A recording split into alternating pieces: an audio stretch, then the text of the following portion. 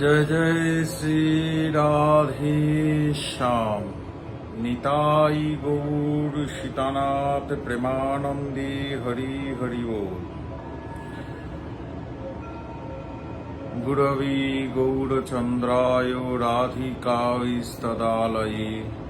कृष्णाय कृष्ण भक्ताय तद्भक्ताय नमो नमस्ते। श्री कृष्ण चैतन्य महाप्रभु नित्यानंद श्री अद्वैत गदाधर श्रीवास आदि भक्त। जय गौर जय निताई जय सीतानाथ जय जय श्री राधेश्याम। আবার চলে এলাম কওয়া কথা নিয়ে। আজ শুভ একাদশী, শ্রী অপরা একাদশী ব্রত প্রবাস।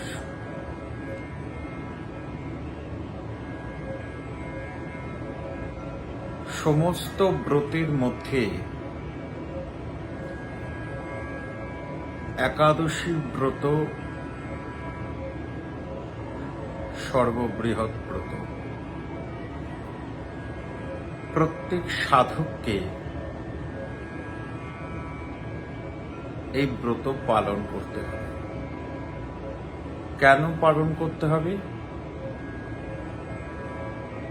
না, তার ইষ্ট সুখের জন্য এই ব্রত পালন করা।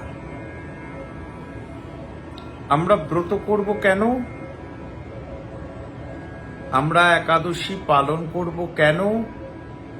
না, আমাদের প্রাণকোটি প্রিয় গোবিন্দ সুখী হবেন বলে আমরা একাদশী ব্রত পালন করব। আমরা একাদশী ব্রত পালন করব কেন? আমাদের শ্রী গুরুদেব আমাদেরকে বলেছে একাদশী করতে, গুরু আজ্ঞা পালনের জন্য আমরা একাদশী ব্রত করব। আজ তো অপরা একাদশী, কাল সোমবার, গতকাল ছিল রবিবার। গতকালই তো একাদশী ব্রত ছিল। একাদশী, তাহলে গতকাল কেন একাদশী হলো না? রবিবার দিন কেন একাদশী হলো না? আজ কেন একাদশী হলো না? গতকাল একাদশী পড়লেও দশমীর দীক্ষা ছিল বলে গতকাল একাদশী হয়নি। তাই বঙ্গেই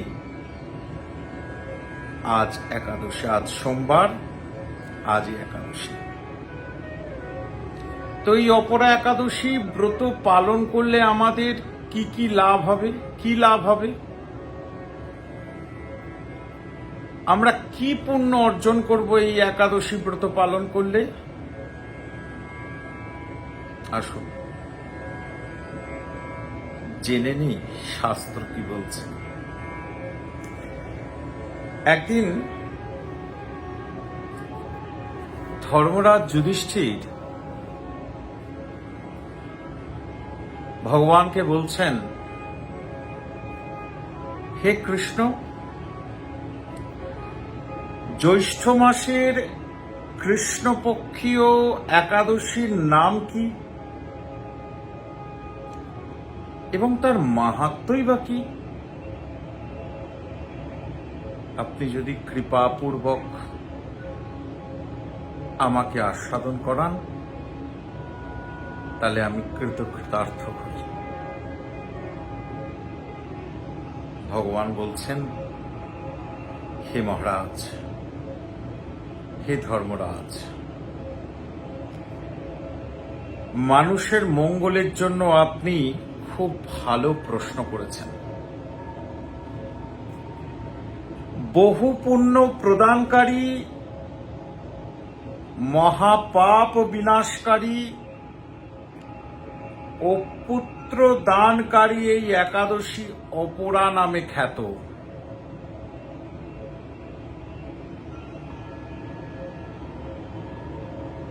এই ব্রত পালন করলে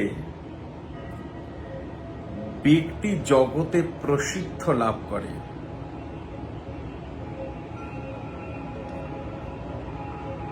এই ব্রত পালন করলে ব্রহ্ম হত্যা, গো হত্যা, ভ্রূণ হত্যা, পরনিন্দা, পরস্ত্রী গমন, মিথ্যা ভাষণ প্রভৃতি গুরুতর পাপ এই ব্রত পালনে নষ্ট হয়ে যায়। তাহলে দেখো বাবা, একাদশী পালনের মাহাত্ম্যটা বুঝো।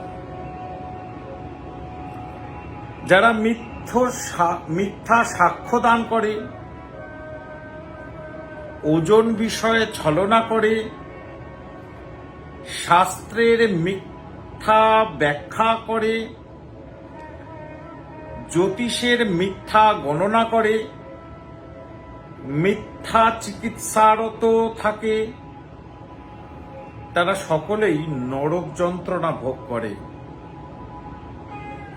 এই সমস্ত ব্যক্তিরাও যারা এই কর্ম করে, তারাও যদি এই একাদশী পালন করে,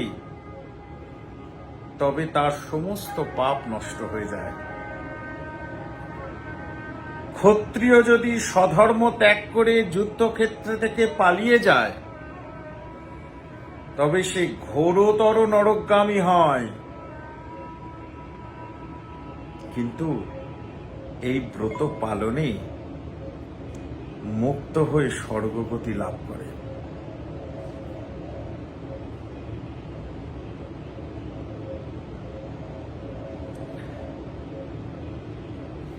মকর রাশিতে সূর্য অবস্থানকালে মাঘ মাসে প্রয়াগে স্নানে যে ফল লাভ হয়, শিবরাত্রিতে কাশীধামে উপবাস করলে যে পুণ্য হয়,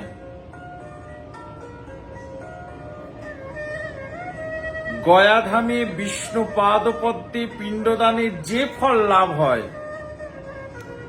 সিংহ রাশিতে বৃহস্পতির অবস্থানে গৌতমী নদীতে স্নানে, কুম্ভে কেদারনাথ দর্শনে, বদরিকাশ্রমে যাত্রায় ও বদ্রীনারায়ণ সেবায়, সূর্যগ্রহণে কুরুক্ষেত্র স্নানে, হাতি ঘোড়া স্বর্ণদানে এবং দক্ষিণাসহ যজ্ঞ সম্পাদনে যে ফল লাভ হয়, এই ব্রত পালন করলে অনায়াসে সেই ফল লাভ হয়ে থাকে। এই অপরাব্রত পাপরূপ বৃক্ষের কুঠার স্বরূপ, যে প্রচুর পাপ করবে, অপরাধ করবে, পাপ করবে, পাপ করলে তার ক্ষমা হয়, ভগবান ক্ষমা করে দেয়। সেই পাপ যখন পুনরায় করা হয়, সেটা অপরাধ, সে অপরাধের কোনো ক্ষমা হয় না।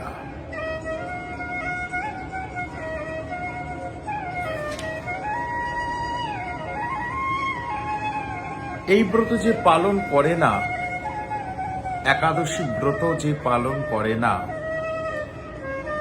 সে ব্যক্তির জীবনটা কেমন জানো? সে ব্যক্তির জীবনটা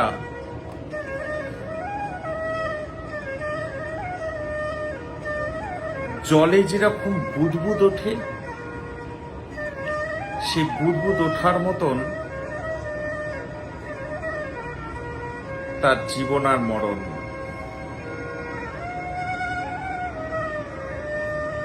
একাদশী উপবাস করে বিষ্ণু পূজা করলে সর্ব পাপ মুক্ত হয়, সে বিষ্ণু লোকে গতি হয়।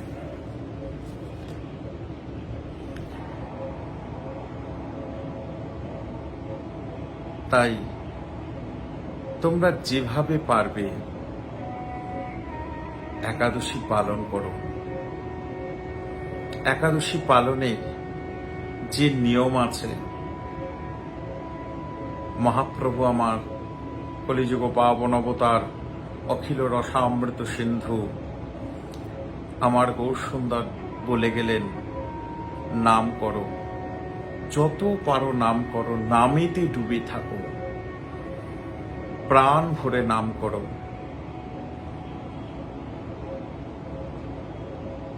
নিজেকে সংযম করো। একাদশীতে কাউর সাথে কথা না বলে, আন কথা না বলে, আন কথা না শুনে, নিজের সময় নষ্ট না করে প্রাণ ভরে নাম করো।